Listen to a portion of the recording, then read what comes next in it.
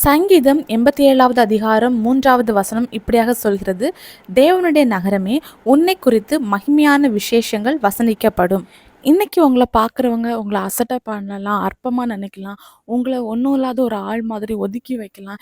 எப்படிப்பட்ட சுச்சுவேஷனில் நீங்கள் இருந்தாலும் ஆண்டவருடைய கண்கள் உங்கள் மேலே நோக்கமாக இருக்குது. ஆண்டவர் உங்களை உயர்த்த விரும்புகிறாரு. நீங்கள் பிறருக்கு முன்னாடி ஒரு மகிமையான பாத்திரமாக மாற ஆண்டவர் ஆசைப்படுறாரு. பரிசுத்த வேதாகமத்தில் பார்க்கும்போது தாவீது தன்னுடைய குடும்பத்தில் அற்பமாக எண்ணப்பட்டாங்க.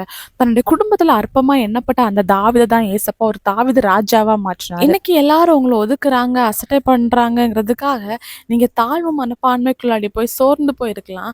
ஆனால் ஏசப்பா உங்களுடைய கண்ணீரை பார்க்குறாரு, உங்களுடைய இருதயத்தின் வேதனையை அவர் பார்க்குறாரு. மனுஷன் முகத்தை பார்க்குறான், ஆண்டவர் இருதயத்தை பார்க்குறாரு. அதனால ஏசப்பா இப்படியே உங்களை விட மாட்டாரு. பிறர் கண்களுக்கு முன்னாடி உங்களை மேன்மைப்படுத்துவார். உங்களை குறித்து மேன்மையான வார்த்தைகள் பிறர் பேசுகிற வகையில் ஆண்டவர் உங்களை ஆசீர்வதிப்பார். விசுவாசிங்க, அற்புதங்களை எதிர்பாருங்க. இயேசு கிறிஸ்துவின் நாமத்தில் ஆமீன்.